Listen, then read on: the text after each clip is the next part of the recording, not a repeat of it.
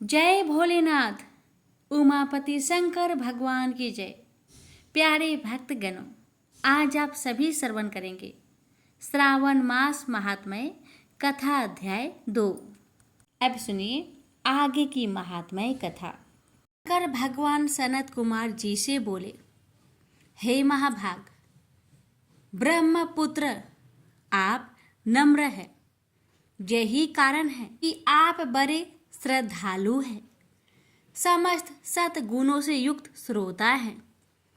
हे अनघ, आपने जो श्रावण मास के बारे में पूछा है तथा जो कुछ आपने पूछा भी नहीं है, मैं सहर्ष आपसे कहता हूँ।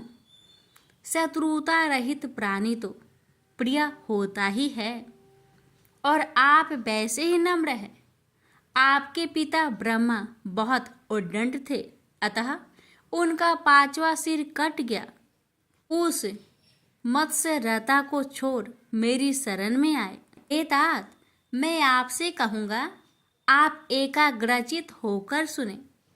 हे योगी श्रेष्ठ, श्रावण मास में नियम से रहकर मनुष्य सायंकाल 4 बजे भोजन करे, 1 मास तक रुद्राभिषेक करे, अपनी प्रिय किसी एक वस्तु को छोड़ दे, पुष्प, फल, धान्य, तुलसी की मंजरी युक्त दल, बेल पत्रों से भगवान शंकर की लक्ष्य पूजा करे, कोटि लिंग अर्चना करे, ब्राह्मण को प्रेम पूर्वक भोजन करवाए, नियम का पालन करे, उपवास करे, पंचामृत से अभिषेक, चूंकि मुझे अति प्रिय है, उसे भी अवश्य करे।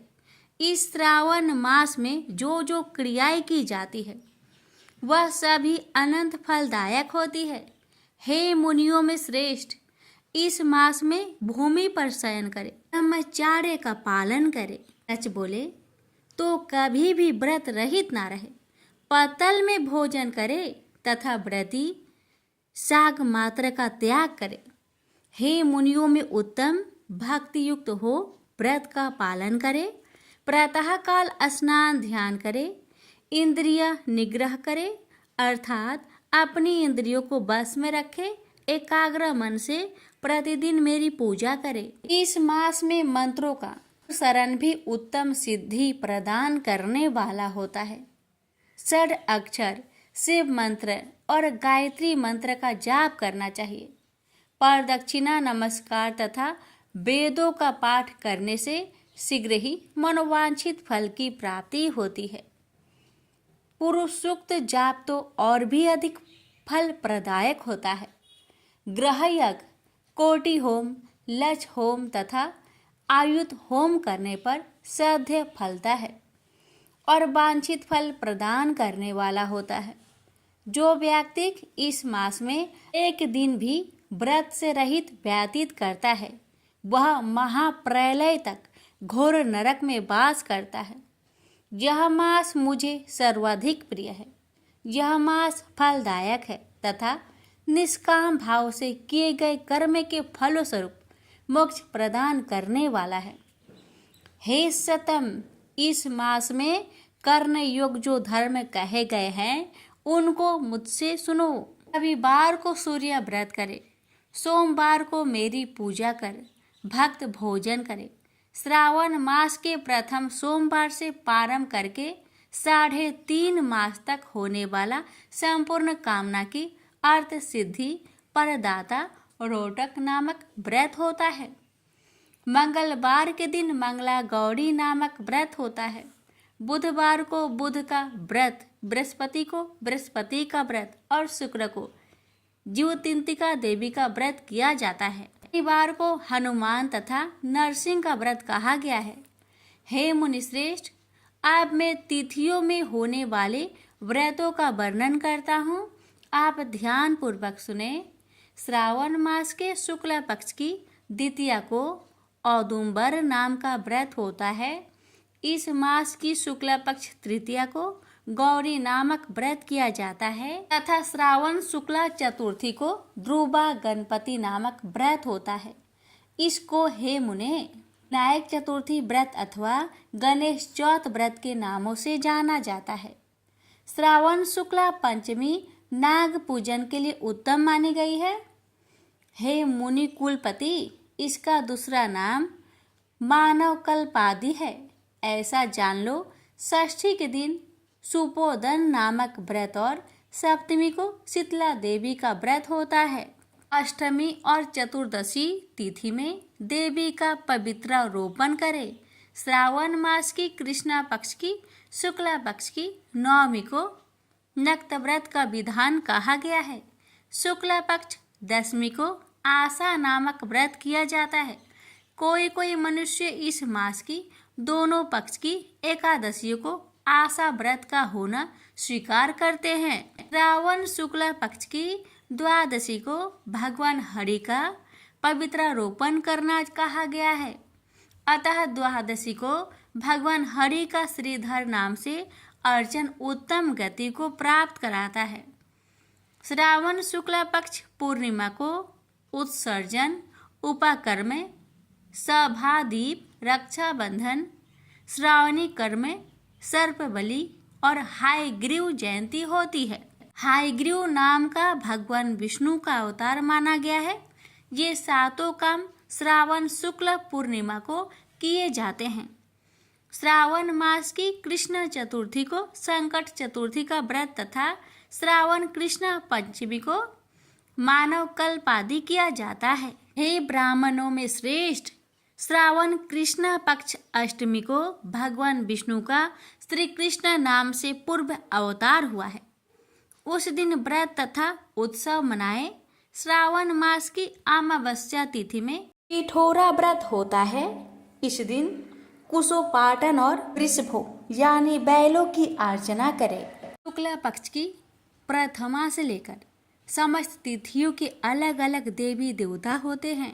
प्रतिपदा तिथि के अग्नि, द्वितीय के ब्रह्मा, तृतीय की गौरी, चतुर्थी के गणनायक, पंचमी के सर्प, षष्ठी के स्कंद, सप्तमी के सूर्य, अष्टमी तिथि के शिव हैं।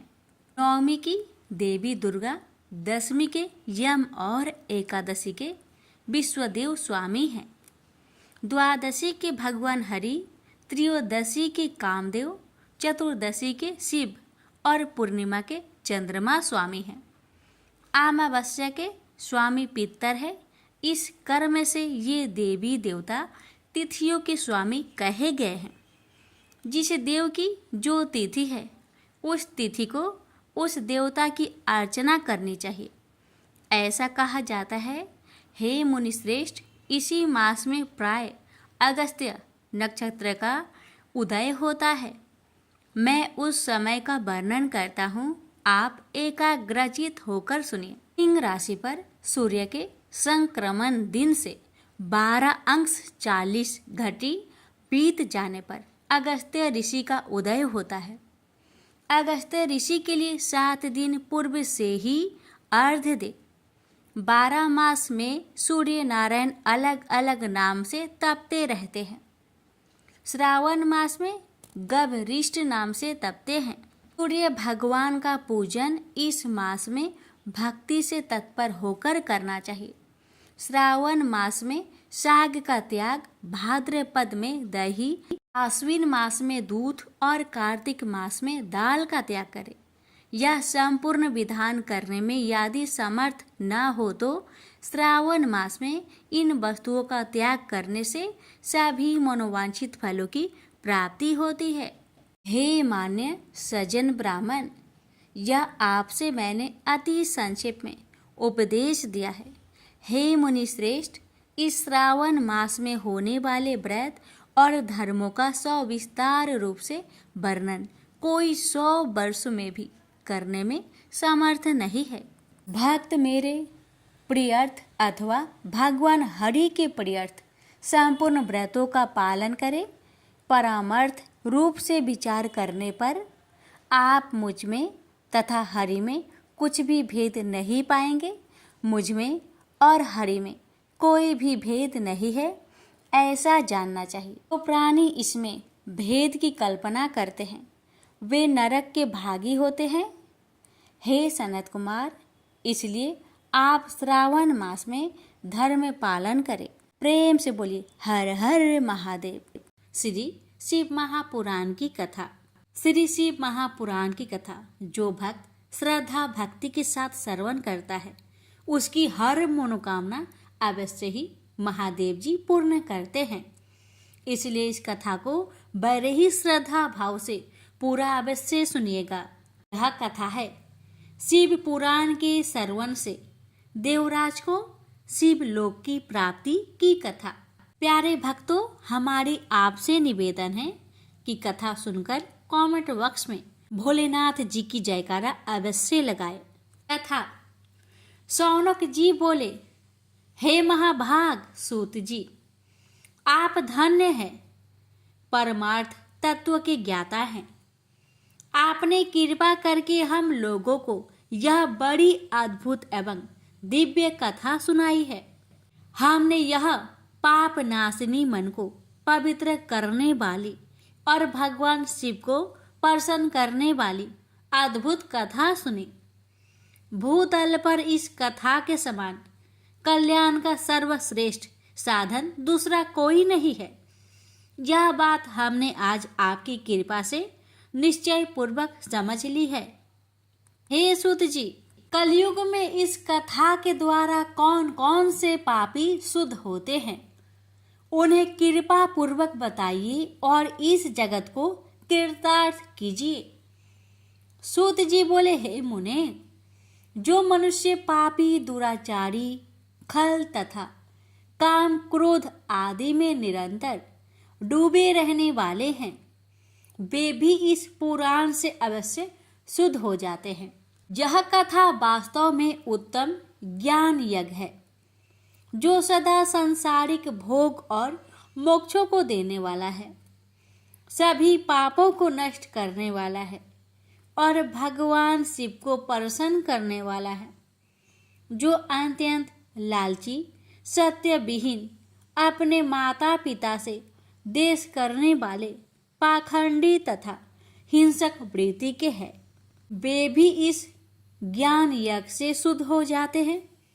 अपने वर्णाश्रम धर्म का पालन न करने वाले और इससे ग्रस्त लोग भी काली काल में इस ज्ञान यज्ञ के द्वारा पवित्र हो जाते हैं। जो लोग छल कपट करने वाले, क्रूर स्वभाव वाले और अत्यंत निर्दयी है कलयुग में भी इस अज्ञान से शुद्ध हो जाते हैं। ब्राह्मण के धन से पलने वाले तथा निरंतर व्यभिचारण परायण जो लोग हैं वे भी इस ज्ञान यज्ञ से इस कली काल में भी पवित्र हो जाते हैं। जो मनुष्य सदा पाप कर्मों में लिप्त रहते हैं, कपट है और अत्यंत दूषित विचार वाले हैं वे कलयुग में भी इस ज्ञान यज्ञ से निर्मल हो जाते हैं। दुष्चरित्र, दुर्बुद्धि, उद्विग्न चित्त वाले और देवताओं के द्रव का उपभोग करने वाले पापी जन भी कली काल में भी इस ज्ञान यज्ञ से पवित्र हो जाते हैं। इस पुराण के श्रवण का पुण्य बड़े बड़े पापों को नष्ट करता है, सांसारिक भोग तथा मोक्ष प्रदान करता है और भगवान शंकर को प्रसन्न करता है। इस संबंध में मुनिगण इस प्राचीन इतिहास का उदाहरण दिया करते हैं जिसके श्रवण मात्र से पापों का पूर्णतया नाश हो जाता है। पहले की बात है, किरात नगर में एक ब्राह्मण रहता था। अज्ञानी, दरिद्र, रस बेचने वाला तथा वैदिक धर्म से विमुख था। वह स्नान, संध्या आदि कर्मों से भ्रष्ट हो गया था और वैश्यावृत्ति में तत्पर रहता था। उसका नाम था देवराज। वह अपने ऊपर विश्वास करने वाले लोगों को ठगा करता था। उसने ब्राह्मणों, क्षत्रियों, वैश्यों, क्षुद्रों तथा दूसरों को भी अनेक बहानों से मारकर उनका धन हड़प लिया था। बाद में उसने अधर्म से बहुत सारा धन अर्जित कर लिया, परंतु उस पापी का थोड़ा सा भी धन कभी धर्म के काम में नहीं लगा। एक दिन वह ब्राह्मण एक तालाब पर नहाने गया। वहां शोभावती नाम की एक वेश्या को देखकर वह अत्यंत मोहित हो गया। वह सुंदरी भी उस धनी ब्राह्मण को अपने वशीभूत हुआ जानकर प्रसन्न हुई। आपस में वार्तालाप से उनमें प्रीति उत्पन्न हो गई। उस ब्राह्मण ने उस वेश्या को पत्नी बनाना तथा उस वेश्या ने उसे पति बनाना स्वीकार कर लिया। इस प्रकार कामवास होकर वे दोनों बहुत समय तक विहार करते रहे। बैठने, सोने, खाने, पीने तथा क्रीड़ा में वे दोनों निरंतर पति पत्नी की तरह व्यवहार करने लगे। अपने माता पिता तथा पत्नी की बार बार रोकने पर भी पाप कृत्य में संलग्न वह ब्राह्मण उनकी बात नहीं मानता था। एक दिन रात्रि में उस दुष्ट ने ईर्ष्यावश अपने सोए हुए माता पिता और पत्नी को मार डाला और उनका सारा धन हर लिया। वेश्या में आसक्त चित्त वाले उस कामी ने अपना और पिता आदि का सारा धन उस वेश्या को दे दिया। वह पापी अभैक्ष भक्षण तथा मदपान करने लगा और वह नीच ब्राह्मण उस वेश्या के साथ एक ही पात्र में सदा जूठा भोजन करने लगा। एक दिन घूमता घामता वह देवयुग से प्रतिष्ठानपुर झूसी प्रयाग में जा पहुंचा। वहां उसने एक शिवालय देखा। वहां बहुत से साधु महात्मा एकत्र हुए थे। देवराज उस शिवालय में ठहर गया और वहां उस ब्राह्मण को ज्वर आ गया। उस ज्वर से उसको बड़ी पीड़ा होने लगी। वहां एक ब्राह्मण देवता शिव पुराण की कथा सुना रहे थे। ज्वर में पड़ा हुआ देवराज ब्राह्मण के मुखा रविंद्र से निकली हुई उस शिव कथा को निरंतर सुनता रहा। एक मास के बाद वह ज्वर से अत्यंत पीड़ित होकर चल बसा। यमराज के दूत आए और उसे पासों से बांधकर बलपूर्वक यमपुरी ले गए। इतने में ही शिवलोक से भगवान शिव के पार्षद गण आ गए। उनके गौर अंग कपूर के समान उज्जवल थे। हाथ त्रिशूल से सुशोभित हो रहे थे। उनके संपूर्ण अंग भस्म से उद्भासित थे और रुद्राक्ष की मालाएं उनके शरीर की शोभा बढ़ा रही थी। वे सब के सब क्रोध करते हुए यमपुरी में गए और यमराज के दूतों को मार पीट कर बारंबार धमकाकर उन्होंने देवराज को उनके चंगुल से छुड़ा लिया और अत्यंत अद्भुत विमान पर बैठाकर जब वे शिवदूत कैलाश को जाने को उद्यत हुए, उस समय यमपुरी में बड़ा भारी कोलाहल मच गया। उस कोलाहल को सुनकर धर्मराज अपने भवन से बाहर आए। साक्षात दूसरे रुद्र के समान प्रतीत होने वाले उन चारों दूतों को देखकर धर्मयज्ञ धर्मराज ने उनका विधि पूर्वक पूजन किया। यम ने ज्ञान दृष्टि से देखकर सारा वृत्तांत जान लिया। उन्होंने भय के कारण भगवान शिव के उन महात्मा दूतों से कोई बात नहीं पूछी। यमराज से पूजित तथा प्रार्थित होकर वे शिवदूत कैलाश को चले गए और उन्होंने उस ब्राह्मण को दया सागर सांब शिव को दे दिया। शिव पुराण की यह परम पवित्र कथा धन्य है, जिसके सुनने से पापी जन भी मुक्ति के योग बन जाते हैं। भगवान सदाशिव के परम धाम को वेदयज्ञ सभी लोकों में सर्वश्रेष्ठ बताते हैं। ब्राह्मण, क्षत्रिय, वैश्य, शूद्र तथा अन्य प्राणी, यहाँ तक कि जिस पापी ने धन के लोभ से अनेक लोगों की हत्या की तथा अपने माता पिता और पत्नी को भी मार डाला, वह वैश्यगामी शराबी ब्राह्मण देवराज भी इस कथा के प्रभाव से भगवान शिव के परम धाम को प्राप्त कर तत्क्षण मुक्त हो गया। प्रेम से बोलिए हर हर महादेव। माता पार्वती की जय।